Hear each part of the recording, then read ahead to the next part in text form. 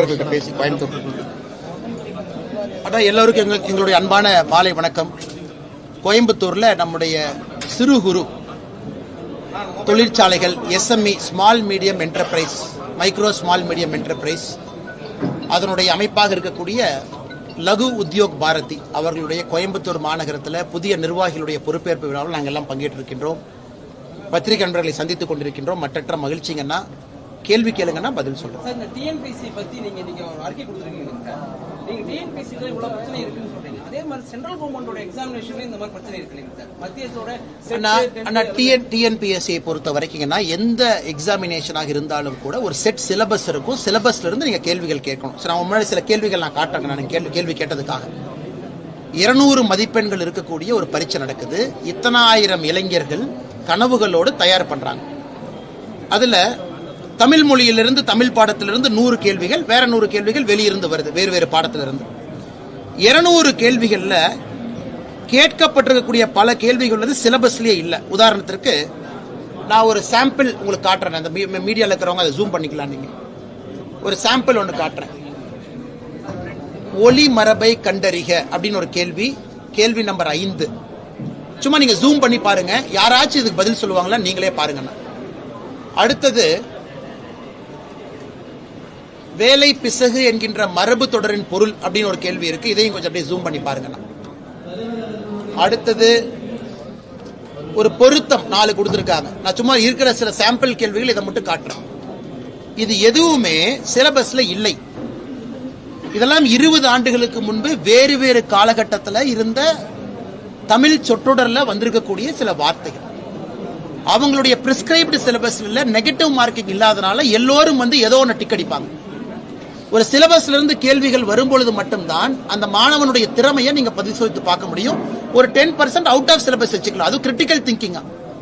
சிலபஸ்லே இல்லாம தன்னிச்சையாக கேள்விகள் கேட்டிருக்கிறாங்க. முதல் கம்ப்ளைண்ட் எங்களுது. இரண்டாவது, சில சென்டர்ல குரூப் 4 தேர்வுகள் முடித்த பிறகு அதை பாதுகாக்கப்பட்ட விதம் சந்தேகத்தை ஏற்படுத்தி இருக்கிறது.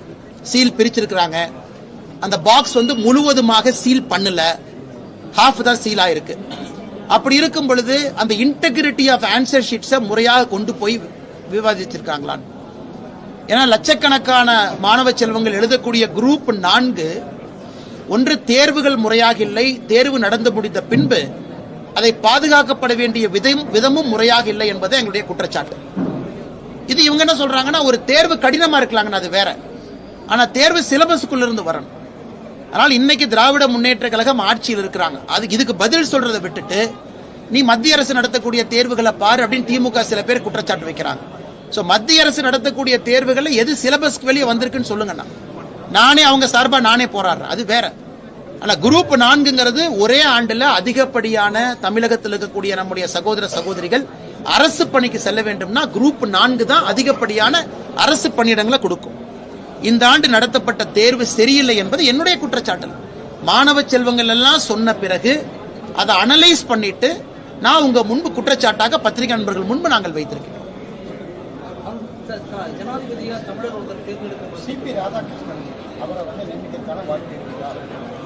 ஆனா எங்களை பொறுத்தவரை நம்முடைய மாண்புமிகு துறை ஜனாதிபதியாக ஒரு நல்லவர் வந்தால் மகிழ்ச்சி. இன்னைக்கு ஜெயதீப் தன்கர் அவர்கள் மிக சிறப்பான ஒரு மனிதர். வெஸ்ட் பெங்கால்ல கவர்னரா இருந்திருக்கிறாங்க. இன்னைக்கு அவருடைய உடம்பு சரியில்லாத காரணத்தினால வெளியே வந்திருக்கிறாங்க. உங்களுக்கே தெரியும், இன்னைக்கு நிறைய எதிர்க்கட்சி நண்பர்கள் பொருளையே கிளப்புறாங்க. மார்ச் மாசம் 8, 9, 10, 11 எய்ம்ஸ்ல கார்டியாக் டிபார்ட்மெண்ட்ல அட்மிட் ஆயிருந்தாங்க. இன்னைக்கு அவங்க வந்து பணிச்சுமை அதிகமா இருக்கு, வேண்டாம் என்று சொல்லிவிட்டு வெளியே வந்திருக்கிறாங்க. அதனால் யாரு தேர்வு செய்யப்பட்டாலும் நல்லவர்கள் எங்களுக்கு மகிழ்ச்சி. அதுவும் குறிப்பாக நம்முடைய தமிழ்நாடு, ஏன்னா நான் ஒரு கட்சி, நான் ஆளுங்கட்சியினுடைய ஒரு தொண்டனாக இருக்கும் பொழுது நான் சில விஷயத்தை ஓப்பனா பேசினா தப்பா போயிருங்கன்னா, அதிலும் குறிப்பாக ஒரு தமிழர் வந்தா எங்களுக்கு சந்தோஷம். ஆனால் இந்தியாவில் யார் நல்லவர்கள் வந்தாலும் எங்களுக்கு சந்தோஷம் தான். ரொம்ப தவறுங்கன்னா, அந்த வீடியோவை நான் பார்த்தேன்.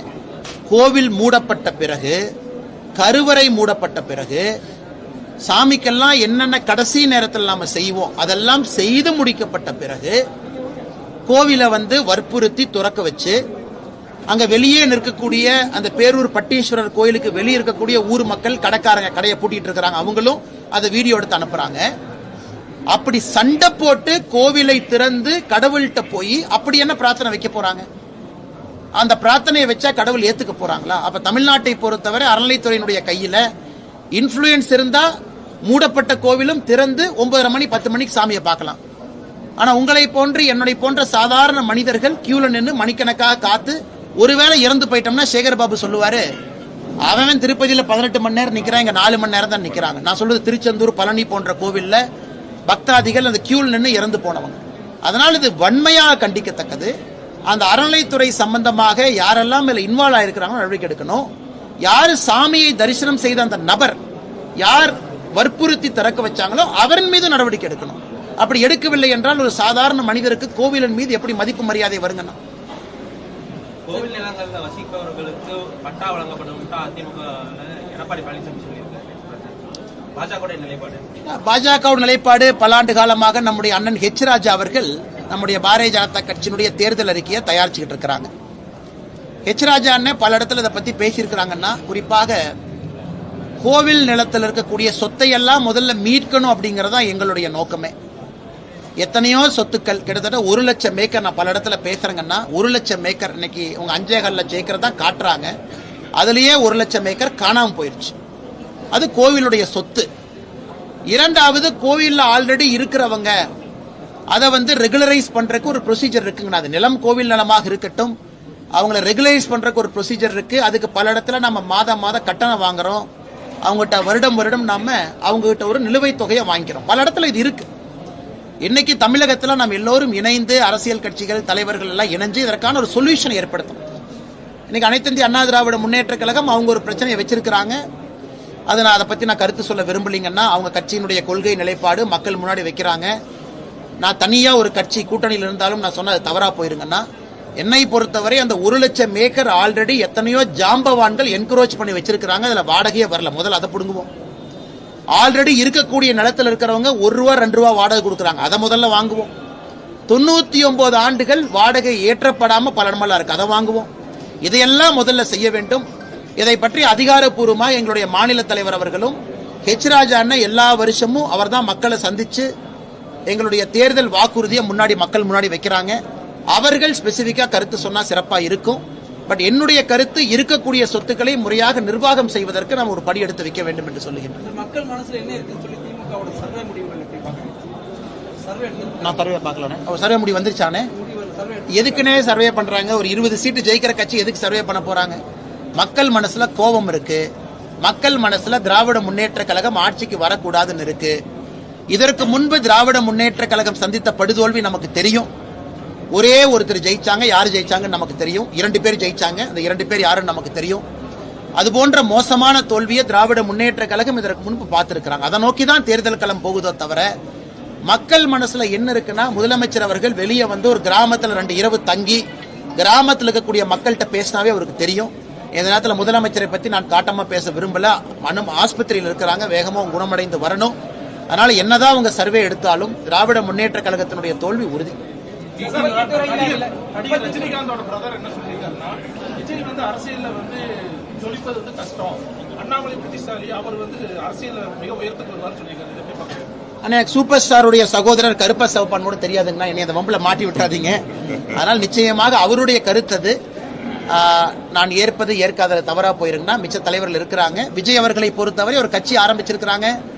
கடுமையா பணி செய்ய வேண்டும் என்று நினைத்து களத்துக்கு வந்தா அவருடைய கையில் இருக்க வெற்றி தோல்வி எல்லாம். எந்த அரசியல் கட்சியும் அவருடைய உழைப்பை பொறுத்து தான் மக்கள் வாக்களிக்க போறாங்க. ஆனா திராவிட முன்னேற்ற கழகம் அகற்றப்பட வேண்டும். அதே நேரத்தில் நான் எனக்கு தேசிய ஜனநாயக கூட்டணியில் இருக்கிறேன். எங்களுடைய கூட்டணி ஜெயிக்க வேண்டும் என்று நாங்கள் உறுதியாக சொல்லுகின்றோம், நம்புகின்றோம். மற்றபடி ஒரு கட்சியும் நாங்க யாரும் தரம் தாழ்ந்து அவங்க போயிடக்கூடாதுன்னு நான் சொல்லலீங்கன்னா, கடுமையா உழைக்கட்டும், மக்கள் மன்றத்துல மக்களுக்கு என்ன செய்வோம் அப்படிங்கிற வாக்குறுதியை வைக்கட்டும். நீங்க எல்லாம் முடிவு பண்ணுங்க. ஆனா எதை பாத்தீங்கன்னா மலைவாழ் மக்கள் பத்தி ஒன்று போட்டிருந்தீங்க சார். தொட்டி கட்டி தூக்கிட்டு ஆமா, மலைவாழ் மக்கள். ஆமா, நீங்க ஒரு பகுதியை தான் பாத்திருக்கீங்க. அந்த உள்ளாட்சி எலெக்ஷன்ல அவங்களுக்கு ஓட்டு பதிவே இல்லைங்கிற விஷயமாவது உங்களுக்கு தெரியுமா சார்? அண்ணா இங்க பாருங்கன்னா, 40 ஆண்டுகளா அண்ணே ஒரு பத்திரிகை நண்பர்களுக்கு தெரியக்கூடிய செய்தி நிச்சயமா எனக்கு தெரியாதுங்கன்னா நான் ஏத்துக்கிறேன். எனக்கு ஒரு செய்தி தெரிந்த பின்பு நான் அதை ஆராய்ந்த பின்பு உங்க முன்னாடி நான் வைக்கிறேங்கன்னா, பத்திரிகை நண்பர்கள் நீங்க கிரவுண்ட்லயே இருக்கிறீங்க, நிச்சயமா என்னை விட உங்களுக்கு அதிக நாலேஜ் இருக்கு. நீங்க சொல்வது இன்னும் அதிர்ச்சியளிப்பதாக இருக்குது அப்படின்னு நான் ஒரு பக்கம் செய்தியை பதிவு பண்ணியிருக்கேன். அப்ப நீங்க சொல்றத பார்த்தா அது இன்னும் அதிர்ச்சியளிப்பதாக தானே இருக்கு. அரசு ஒரு பக்கம் திராவிட மாடல் அரசு, முன்னேறிய மாநிலம், இந்தியாவினுடைய 2வது பெரிய பொருளாதார மாநிலம் சொல்லக்கூடிய அரசு தமிழகத்தில் இது போன்ற அவல நிலையை தடுப்பதற்கு என்ன முயற்சி எடுக்கிறாங்கன்னு சொல்லணும். இதை பத்தியே பேச மாட்டாங்க. ஆனா இதை தவிர எல்லாம் பேசுவாங்க.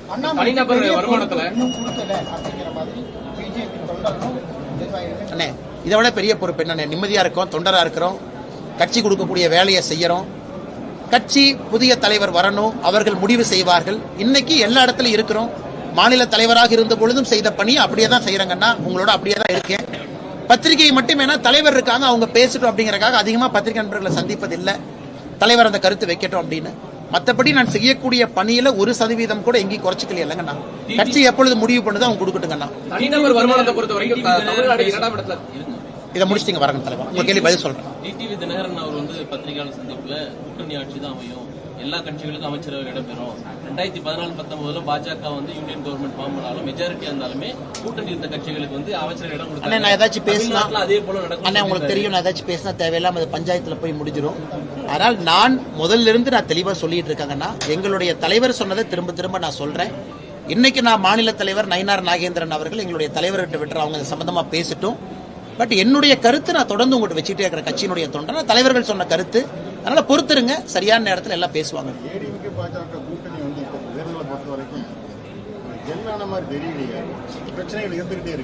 ஆனா கூட்டணி முழுமையான வடிவம் பெறணுங்கன்னா, எல்லா கூட்டணிகளுமே வடிவம் பெறணும். இன்னும் புதிய கட்சிகள் வரணும், திராவிட முன்னேற்ற கழகத்திலிருந்து கூட்டணி கட்சிகள் வெளியே போகணும். இதெல்லாம் நடக்குங்கண்ணா. இப்பதான் ஆரம்பம், இன்னும் 9 மாசம் இருக்கு.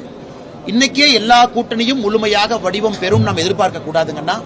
நிச்சயமாக அந்த காலமும் சூழலும் என்ன தேர்தலுக்கான சூடே ஆரம்பிக்கலீங்கன்னா, அது வரும் பொழுது தேசிய ஜனநாயக கூட்டணி ஒரு முழுமையான வடிவத்தில் இருக்கும் என்பது என்னுடைய தீர்க்கமான ஒரு நம்பிக்கைங்கண்ணா.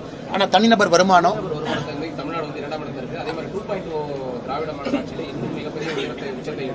சரிங்கண்ணா. திராவிட மாடல் ஆட்சி வர்றதுக்கு முன்னாடி தமிழகம் எங்க இருந்துச்சுங்கண்ணா? கர்ம வீரர் காமராஜர் ஐயா காலத்துல தமிழகம் எங்க இருந்துச்சு? இதெல்லாம் பேசவே மாட்டாங்க அவங்க. கர்ம வீரர் காமராஜர் ஐயா தன்னுடைய ஆட்சியை முடிச்சுட்டு 1954 63 ஆட்சியை முடிக்கும் பொழுது தமிழகம் முன்னாடி தான் இருந்துச்சு. தமிழகம் நீர்ப்பாசனத்தில் இந்தியாவிலே முதன்மையா தான் இருந்துச்சு. அப்ப எல்லாம் முன்னாடி தான் இருந்தோம். ஏன் டாக்டர் எம்ஜிஆர் ஐயா புரட்சி தலைவர் ஆட்சி காலத்துல தமிழகம் எங்க இருந்து? முன்னாடி தான் இருந்துச்சு. இவங்க எப்படி வாயிலேயே வட சொல்றாங்கன்னா, திமுக என்கின்ற கட்சி தோன்றிய பிறகுதான் நீங்கள் நானும் சட்டை போட்டுட்டு நாகரிகமா இருக்கிற மாதிரி கதை பேசுறாங்க.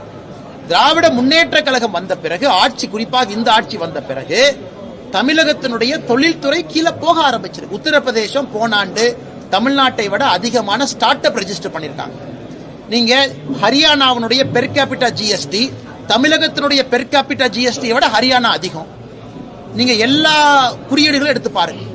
2வது இருக்கும், இதற்கு முன்பு 2வது இருந்தோம். ஆனா 3வதுக்கும் 2வதுக்கும் இருக்கிற கேப் குறைஞ்சிருக்கு. 4வதுக்கும் 2வதுக்கும் இருக்கிற கேப் குறைஞ்சிருக்கு. அதனால 2030 வரும் பொழுது இப்பவே உத்தரப்பிரதேசம் தமிழகத்தை தொட்டுக்கிட்டு இருக்காங்க. மிகப்பெரிய மாநிலமாக, இந்தியாவுடைய 2வது பெரிய மாநிலமா. கர்நாடகாவுக்கும் நமக்கும் இருக்கிற கேப் குறைஞ்சிருச்சு. அந்த பொய்யே சொல்லவே மாட்டாங்க. அதை சொல்லவே மாட்டாங்க, பொய்யா பேசுவாங்க. இதுக்கு முன்னாடி 2வது இருந்தோம், 2020 2வதா இருந்தோம், 2025 2வதா இருக்கும். ஆனா திமுக வந்த பிறகு கேப் குறைய ஆரம்பிக்குது. அடுத்த மாநிலங்கள் வேகமா நம்மளை ஓவர்டேக் பண்ணிட்டு போயிருவாங்க.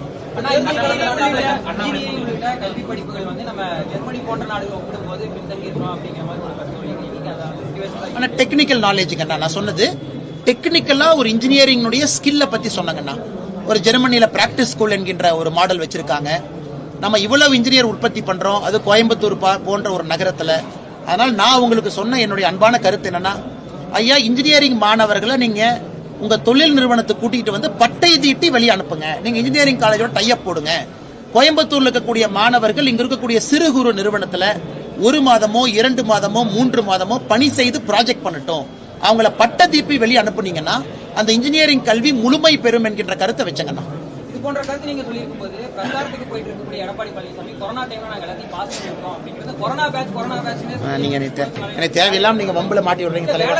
அண்ணே நான் எனக்கு தேவையில்லாம அண்ணன் வம்புல மாட்டி விடுறேன். கோவை மாவட்டமா இருக்குமா கரூர் மாவட்டமா இருக்கு தலைவர்? எலெக்ஷனுக்கு சூடே பிடிக்கல. என்ன எலெக்ஷனை பத்தி யாருமே பேசல. துணை ஜனாதிபதி தேர்தலுக்கே இன்னைக்கு தான் எலெக்ஷன் கமிஷன் சொல்லியிருக்கிறாங்க நாங்க தயாராகிட்டு இருக்கோம். அதுக்கே நான் நோட்டிபிகேஷன் கொடுக்கல. அதனால் காலம் வரும்பொழுது நிச்சயமாக நாம் பேசுவோம். எடப்பாடி பழனிசாமியுடைய அனைத்து சுற்றுப்பயணங்கள்லயும் மக்கள் கூட்டம் வந்து அதிக அளவுல வந்துட்டு இருக்கிறதே வந்து ஆட்சி மாற்றத்திற்கான ஒரு முதல் படி அப்படின்ற மாதிரி ஒரு பேசியிருக்காரு. ஆனா அதாவது தேசிய ஜனநாயக கூட்டணி ஆட்சிக்கு வரணும், எந்த மாற்று கருத்தும் இல்லை. மக்கள் எல்லாம் ஆதரவு கொடுக்கணும், அதுல எந்த மாற்று கருத்தும் இல்லை. ஒரு எதிர்க்கட்சி தலைவர் மக்கள் மன்றத்துல போய் ஒரு கருத்தை வைக்கிறாங்கன்னா மக்கள் கேட்கணும், அதை நம்ம வரவேற்கணும். ஒரு ஆல்டர்னேட் கவர்னன்ஸ் நான் என்ன சொல்றேன் எதிர்க்கட்சி தலைவர் சொல்லணும், அதையும் மக்கள் கேட்கணும். இதெல்லாம் ஒரு ஆரோக்கியமான விஷயமா தான் நான் பார்க்கிறேன். பிறப்பு விகிதம் குறைவாய் குறைஞ்சிருக்கு தமிழ்நாட்டில் சொல்றீங்க சார், அது எந்த ரேஷியோல சொல்றீங்க, எந்த அடிப்படையில் சொல்றீங்க சார்? ஓகே, இந்த புது சென்சஸ் வரலீங்கன்னா டெமோகிராபிக் சார்ட், அதாவது ஓகே, ஆனா எப்படி நம்ம சொல்றோம் அப்படின்னாங்கன்னா டோட்டல் ஃபர்டிலிட்டி ரேட் TFRன்னு ஒரு டேட்டா இருக்கு, நீங்க ஓபன் டேட்டா. அதாவது குழந்தை பிறக்கக்கூடிய வயதில் இருக்கக்கூடிய ஒரு பெண், அந்த பெண்ணுக்கு மொத்தமா எவ்வளவு குழந்தை பிறக்குது அப்படிங்கிற கணக்கு தான் TFR. இந்தியாவில் அது 2.1 இருந்தால் மட்டும்தான் பிறப்பும் இறப்பும் சமமா இருக்கணும். TFR 2.1. தமிழ்நாடு இன்னைக்கு 1.7. அப்படின்னா தமிழ்நாட்டில் குழந்தை பிறக்கக்கூடிய ஒரு சகோதரிக்கு 1.7 விகிதாச்சாரத்தில் குழந்தை பிறக்குது, 2.1 இல்லை. அப்படின்னா நம்முடைய பிறப்பு குறைவாகவும் இறப்பு அதிகமாகவும் ஆரம்பிச்சிருக்கு. ஸோ இந்த நடக்கக்கூடிய சென்சஸ் மக்கள் தொகையில தமிழகத்தினுடைய மக்கள் தொகை டிப்பாக ஆரம்பிக்கும். ஏன்னா நம்ம 1.7 இருக்கும் கேரளா, நாம் எல்லோருமே. இது ஒரு அபாயகரமான சூழ்நிலை. ஏன்னா ஒரு பக்கம் வேலைக்கு ஆட்கள் குறைவா இருக்கிறாங்க, வடக்கிலிருந்து வரக்கூடியவர்கள் வேலையில் அதிகமா இருக்கிறாங்க. நம்மளுடைய மக்கள் தொகையும் குறைய ஆரம்பிக்கும் பொழுது நமக்கு வேலையில்லா திண்டாட்டம் கொஞ்ச நாள்ல மாட்டோம். வேலை இருக்கும், ஆட்கள் இருக்க மாட்டாங்க. அதனால் இதையெல்லாம் இந்த பாப்புலேஷன் கண்ட்ரோல், படித்தவர்கள் 2 குழந்தைகள் பெற்றுக்கொள்ள வேண்டும். நான் சொன்னா அப்புறம் சண்டைக்கு வந்துருவாங்கன்னா, அப்புறம் எல்லோருமே ஆரோக்கியமான குடும்பத்தில் வாழணும்.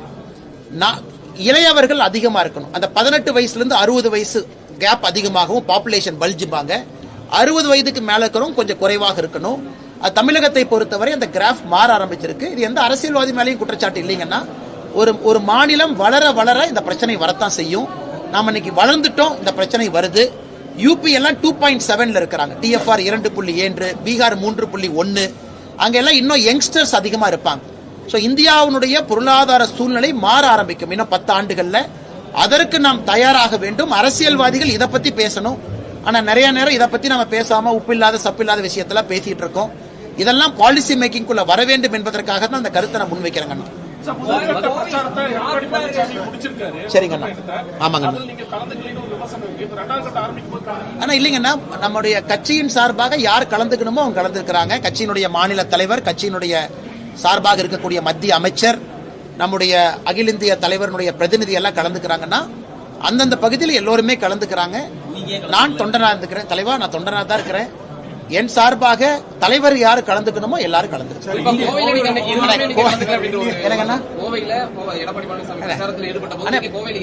அப்படி இல்லை, கலந்துக்கல அப்படின்றது இல்லைங்கன்னா வேறு வேறு வேலையில எல்லாமே இருக்கிறோம். கட்சி எனக்கு ஒரு வேலை கொடுத்துருக்குது, அந்த வேலையை செஞ்சிட்டு இருக்கேன். கலந்து கொள்ள கூடாது, கலந்துக்கணும் அப்படின்னு இல்ல. கட்சியின் சார்பாக யார் கலந்துக்கணுமோ அவங்க கலந்துருக்காங்க. அண்ணா அது மிகப்பெரிய ஊழலுங்க அண்ணா. அது அதே மாதிரி கோவிலையும் அதே போன்ற ஒரு குற்றச்சாட்டை வச்சிருக்காங்க. கோவிலையும் சொத்து வரி பல்வேறு வரிகள் வந்து கடுமையாக உயர்த்தி இருக்காங்க அப்படின்னு சொல்லி. அண்ணா மதுரையில இந்த சொத்து வரி மோடஸ் ஆபரேண்டியை பார்த்த பிறகு தமிழ்நாடு முழுவதுமே SIT போட்டு இன்வெஸ்டிகேட் செய்ய வேண்டும் என்பதும் எங்களுடைய கருத்து. தலைவா நீங்க தெளிவா வந்திருக்கிறீங்க, எனக்கு பிரச்சனைல மாட்டியோங்க அண்ணா. இதுல குழப்பமே இல்லைங்கன்னா அமித்ஷாஜி அவர்கள், ஏன்னா முன்னொன்று முரணொன்று வச்சு பிரின்சிபல் மேன், பிரின்சிபல் பொலிட்டீஷியன், மிக தெளிவாக அமித்ஷா அவர்கள் NDA கூட்டணிக்கு முதலமைச்சர் வேட்பாளராக எடப்பாடி பழனிசாமி அவங்கள சென்னையில அறிவிச்சுட்டு போயிட்டாங்க. அதுல எந்த குழப்பமே இல்லை. ஏதோ ஒரு பேட்டியில சொல்லும் பொழுது அவங்க பேரை சொல்ல, அதெல்லாம் காரணமே இல்லைங்க. நாங்க பேட்டியில பேரெல்லாம் சொல்லியிருக்கிறாங்க, அந்த கான்டெக்ட்ல NDAங்கிற வார்த்தையை பயன்படுத்தினாங்க. அதனால் இதுல எந்த குழப்பமும் இல்லை. இது சும்மா சில எதிர்க்கட்சி நண்பர்கள் ஒரு குழப்பத்தை ஏற்படுத்துறாங்க.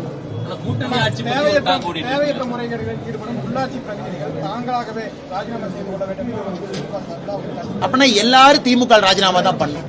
அந்த மாதிரி ஸ்டாலின் ஐயா யாராவது முறைகேட்டில் ஈடுபட்டு இருக்கக்கூடிய உள்ளாட்சி பிரதிநிதி ராஜினாமா பண்ணும்னா திமுகவுடைய கேபினெட் எல்லாரும் ராஜினாமா பண்ணணும், திமுகவுடைய உள்ளாட்சி பிரதிநிதிகள் எல்லாரும் ராஜினாமா பண்ணணும். முதலமைச்சர் ராஜினாமா பண்ணுமாங்கிறத அவர் மனசாட்சிக்கு விட்டுறாங்கண்ணா.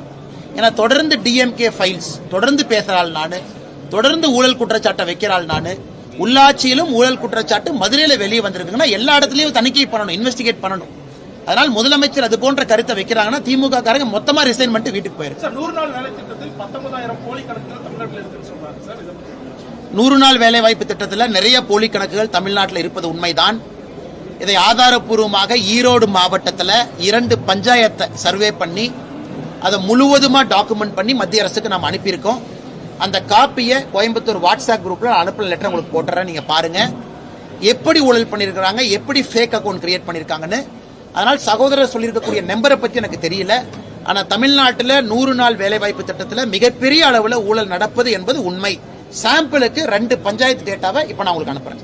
ஒரு 2 கேள்வி ஒட்டுக்கா கேட்டேன். தயவா நீங்க பிரச்சனையாக கேள்வி கொஞ்சம் ஈஸியா கேளு, பிரச்சனை இல்லாத கேளு. நிதிஷ்குமார் பேர் அடிபடுது. எதுக்குன்னா? நிதிஷ்குமார் பீகார் முதல்வருடைய பேரு வந்து பரிந்துரைக்கப்பட்டதாக நாங்கெல்லாம் செய்தியில போட்டிருக்கோம். அதனுடைய சூழல் சொல்லுங்க. பகிரங்கமா அறிக்கை வந்து எடப்பாடி ஐயா விட்டுருக்காரு, இந்த மாதிரி சீமான் வரணும், விஜய் கூட்டணிக்கு வரணும். அண்ணா அது வந்து என்டிஏவுடைய சீஃப் மினிஸ்டர் கேண்டிடேட் அவங்க, பாரதிய ஜனதா கட்சியினுடைய தலைவர் அவங்க. நீங்க கேட்ட 2வது கேள்விக்கான பதில் அவங்க தான் சொல்லணுங்கண்ணா. நான் சொன்னது சரியா வராதுங்கண்ணா. முதல் கேள்விக்கு நான் பதில் சொல்றேங்கண்ணா. இன்னைக்கு துணை ஜனாதிபதி இன்னைக்கு ஜெய்தீப் தன்கர் அவங்க ரிசைன் பண்ணிருக்காங்க. 2027 வரைக்கும் டேர்ம் இருந்துச்சு. புதிதாக வரக்கூடிய துணை ஜனாதிபதி ரொம்ப முக்கியத்துவம் வாய்ந்த 5 ஆண்டுகள் இருக்க போறாங்க. அப்படி இருக்கும் பொழுது நிறைய பேர்கள் போதுங்கன்னா அது எல்லாமே ஸ்பெகுலேஷன் தான். நம்மை பொறுத்தவரை நம்முடைய கட்சியிலிருந்து தீர்மானம் செய்து பாரத பிரதமர் நரேந்திர மோடி அவர்கள் இன்னைக்கு இரவு யூகே போறாங்க, நேரடியா மால்டீவ்ஸ் போறாங்க யூகேல இருந்து, அங்கிருந்து தூத்துக்குடி வர்றாங்க. அதனால் பிரதமர் அவர்கள் இன்றிலிருந்து ஞாயிற்றுக்கிழமை வரைக்கும் வெளியிருக்கிறாங்க, சனி ஞாயிறு தமிழ்நாட்டில் இருக்கிறாங்க. அதனால் எல்லோரும் பொறுத்திருப்போம். நல்ல ஒரு பெயர், நீங்க தான் சொன்னீங்க தமிழ்நாட்டிலிருந்து வந்தா சந்தோஷம், எங்களுக்கு சந்தோஷம் தான். அது இந்தியாவிலிருந்து யார் வந்தாலும் நல்ல ஒரு பெயர் வரட்டும். ஏன்னா யூகங்கள் அதை பற்றி சொல்வது எனக்கு அனுமதி இல்லைங்கன்னா நான் சொல்லவும் கூடாது, எனக்கு தெரியவும் தெரியாது. சம்பந்தப்பட்டவர்கள் சரியான நேரத்தில் சொல்லுவாங்க. நன்றி அண்ணா, டேக் கேர் அண்ணா, பை அண்ணா, பை அண்ணா. இதை